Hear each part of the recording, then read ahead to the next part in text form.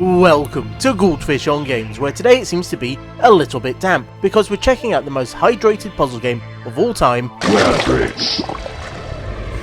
I have here 3 versions of the game, which were all made by Z2. It launched originally on the N64 in 1998. The box lets us know that there's a 2-player mode, and that we'll need a memory card if we want to save. Inside the box we get the standard card, the label that reflects the box art, as well as a full coloured manual, which is always nice to get, even if some of the colour choices makes reading the manual a little harder than it needs to. The PC release came out just a year after, and shares the same look and design language as the original release. Inside the box we get the game on a single CD, and a manual that is still quite thick but is not as detailed as the N64, and is also not as colourful. And as we've come to expect, there's also the typical marketing material. Then in 2000, the updated Dreamcast release Wetrix Plus was released, which ditched the far more colourful art style for this more low-key blue style. And inside we get the game and a manual that's now become fully black and white, but it does give far more detail than the PC. There are several game modes, but let's use the classic to go over the basics of the game. And Wetrix is primarily a score-based puzzle game, and your main way of getting points is to evaporate water.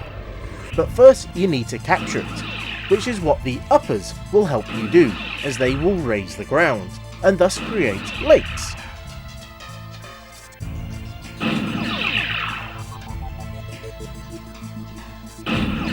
The flip side to uppers are the downers, which is starting to make this sound a bit like a drug's PSA, but these will push walls down to the lowest point that the arrows touch. And it won't be long before you start to get the water bubbles. These pop when they touch the ground and will release their water everywhere, and if you're not careful they'll run off the edge of the map. As you might have guessed, leaking water is bad, as it will fill up the drain that you can see on the right of the screen. And if it gets full, then it's game over. So good wall placement and using the next item are the key to this game, which is the fireball, as it will evaporate any water it touches when you drop it. And it will not only clear the water from the world, but it will also help reduce the drain. And on top of all that, you'll also get points. The amount of points you get is based on a number of factors, like the amount of water that it hit, the current level, the number of lakes, how many ducks you have, or if there's a rainbow in play. Lakes are the easiest multiplier to get, as they're just created by using your uppers.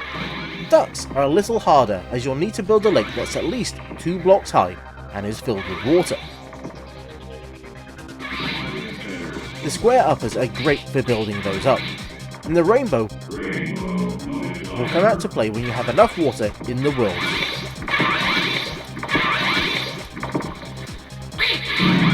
Going up a level is just a case of surviving long enough, which is easier said than done.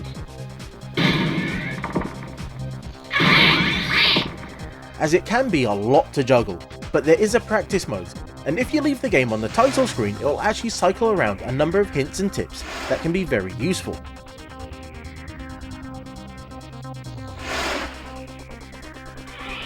When you go up a level, you'll also get the chance to gain a smart bomb.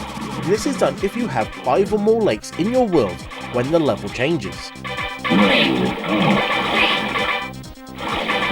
The smart bomb is actually a bit of a double-edged sword, as when you set it off it'll clear the world, removing all the water and land, which is great to have a fresh start, but it means you have to start building up those walls and barriers again from scratch, or the water will just start flooding out very quickly.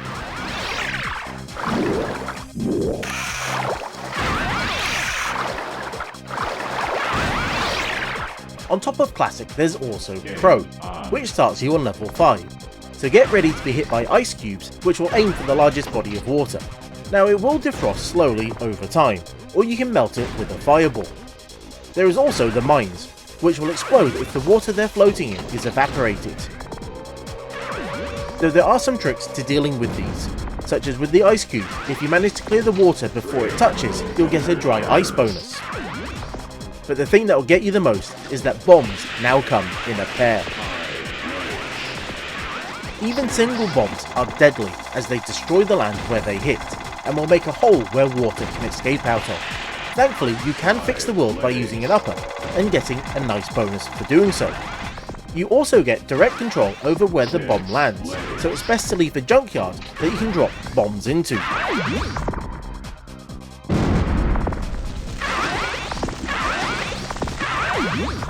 And if that wasn't difficult enough, there's also challenges and handicap modes, which includes the like of a 1 minute mode, where you start on level 10 and have to last just a minute, which is pretty difficult.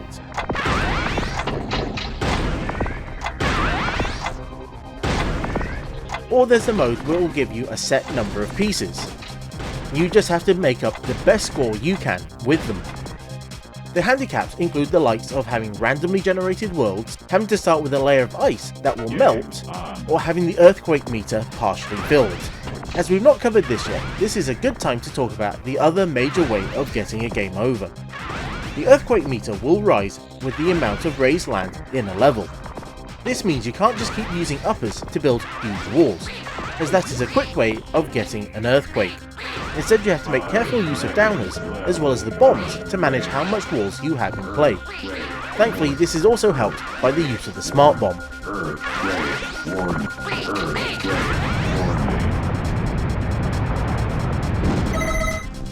And if you have a friend around, which is easier said than done at the moment, you can also enjoy a 2-player mode, in which you have an attack meter, which you'll fill by clearing water. The higher the meter, the more evil obstacle that you can unleash on the other player. It's all quite good fun, really.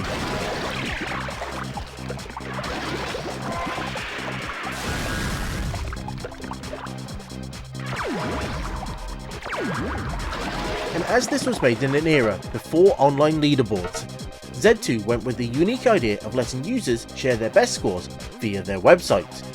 And this was done via the score verification code. The idea being that you would enter your score with the code into a website, and it would make sure that the score and the code matched before uploading it. Unfortunately, this site is no longer around, and the Wayback Machine has issues trying to show it. So all we can really do is just check out the old Wetrix website. As we've seen of the 3 major versions, they are more or less the same gameplay. The main differences between them are the graphics and the control. Now, I'm partial to the PC version, as I find the mouse quicker and more precise than the controllers, especially on the later levels where things move very quickly. I also like the fixed viewpoint, as it gives a very clear look at the whole level. But in saying that, the other 2 versions do have some very nice graphics and effects, and they do allow you to zoom out to a similar level to the PC. This leads us on to the interesting case of the Gameboy Color version, that was called Wetrix GB, which uses a view closer to the PC with it being fixed and having a full view of the grid. The bulk of the game has been recreated with the uppers, downers and water, but as you can see, it's slow to update the world and the water doesn't really seem to flow anymore. It's a nice idea, but it doesn't quite work. It feels more like a long-lost 8-bit computer game that you might have gotten on the Spectrum or the C64 than a handheld game.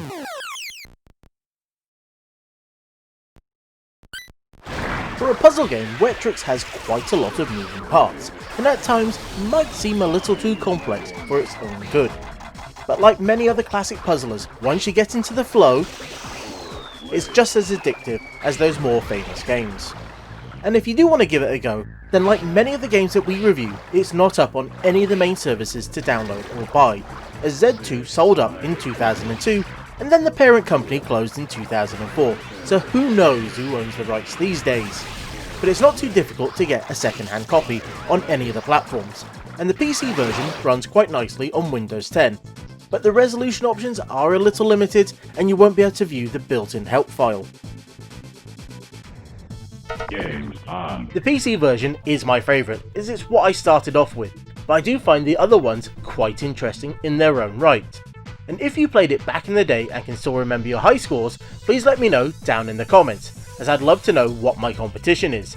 And until next time, I was the GouldFish, that was some moist puzzlers, and this was GouldFish on Games. Go. Thank you for watching this soggy video. I do hope you enjoyed it, and if you did, please consider using an upper on the like, subscribe or share button. Or if you're not sure yet, then you can use a fireball on one of the 2 videos you should see on the screen right now. 2, play, 1, play.